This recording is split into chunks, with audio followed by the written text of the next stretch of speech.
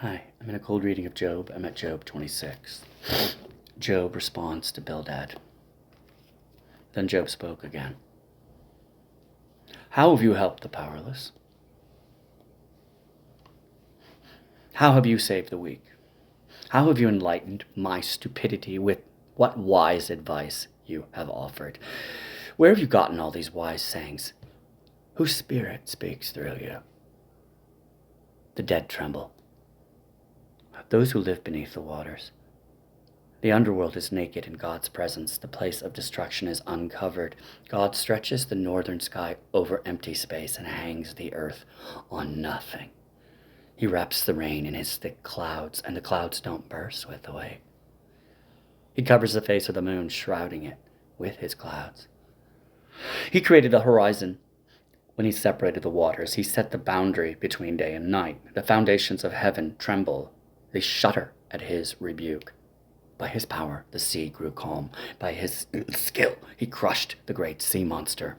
His spirit made the heavens beautiful, and his power pierced the gliding serpent. These are just the beginning of all that he does, merely a whisper of his power. Who then can comprehend the thunder of his power? Job's final speeches. Job speaks on human wisdom. Job continued speaking. I vow by the living God who has taken away my rights, by the Almighty who has embittered my soul. As long as I live, while I have breath from God, my lips will speak no evil, and my tongue will speak no lies. I will never concede that you are right. I will defend my integrity until I die. I will maintain my innocence without wavering. My conscience is clear for as long as I live. May my enemy be punished like the wicked, my adversary like those who do evil. For what hope do the godless have when God cuts them off and takes away their life? Will God listen to their cry when trouble comes upon them? Can they take delight in the Almighty? Can they call to God at any time? I will teach you about God's power. I will not conceal anything concerning the Almighty. But you have seen all this, yet you say all these useless things to me. This is what the wicked will receive from God. This is their inheritance from the Almighty.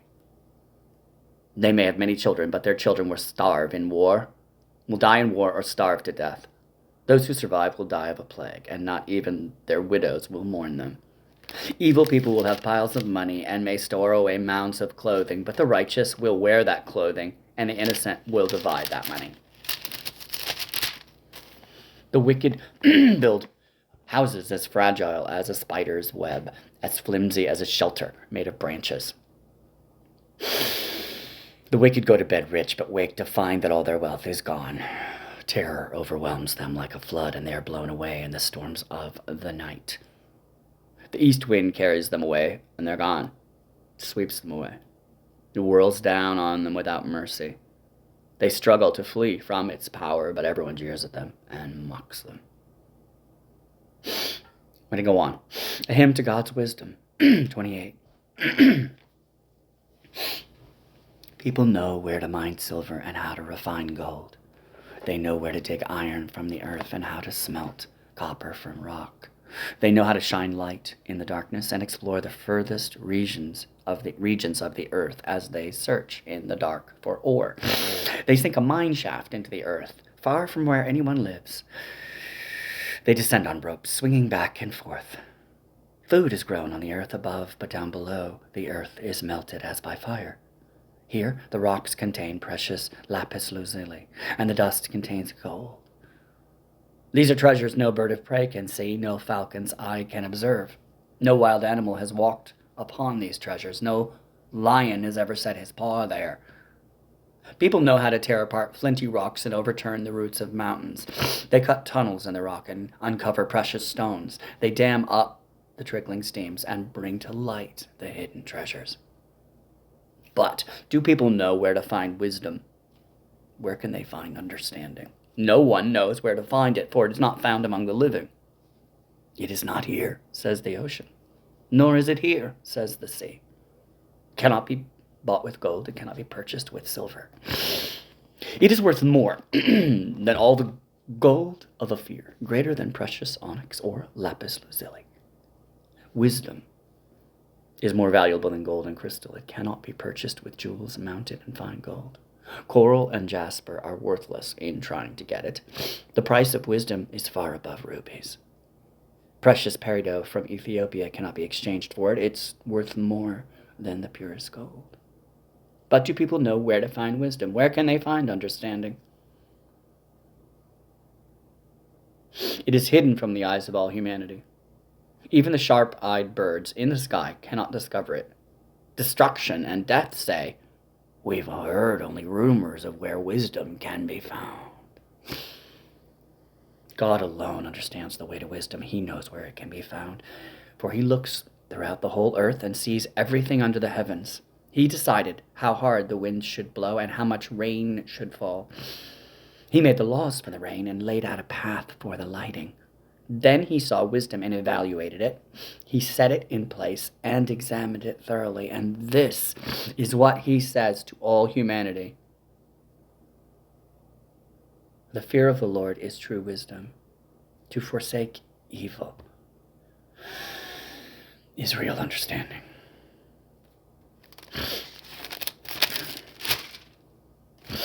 We're going to go on. Job speaks of former blessings. Job continued speaking. I long for the years gone by when God took care of me, when he lit up the way before me and I walked safely through the darkness. When I was in my prime, God's friendship was felt in my home. The Almighty was still with me and my children were around me. My cows produced milk in abundance and my groves poured out streams of olive oil.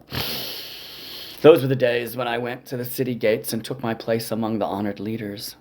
The young stepped aside when they saw me, and even the aged rose in respect at my coming. The princes stood in silence, and they put their hands over their mouths. The highest officials of the city stood quietly, holding their tongues in respect.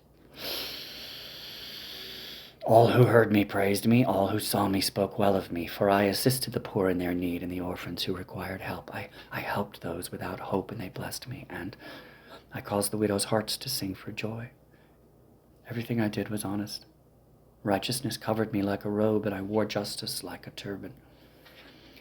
I served as eyes for the blind and feet for the lame. I was a father to the poor and assisted strangers who needed help. I broke the jaws of godless oppressors and plucked their victims from their teeth. I thought, surely I will die surrounded by my family after a good long life. For I'm like a tree whose roots reach the water, whose branches are refreshed with the dew. New honors are constantly bestowed on me, and my strength is continually renewed. Everyone listened to my advice. They were silent as they waited for me to speak. And after I spoke, they had nothing to add, for my counsel satisfied them. They longed for me to speak as people long for rain. They drank my words like a refreshing spring. When they were discouraged, I smiled at them. My look of approval was precious to them. Like a chief, I told them what to do. I lived like a king among his troops and comforted those who mourned. 30. God. We're going to stop there. That's up to 29. Job keeps talking, but I've got to take a little break here. Great. We're getting there. Job 30, and it's 43, so 13 more. I still can't sleep. Rest. God loves you. God bless your day.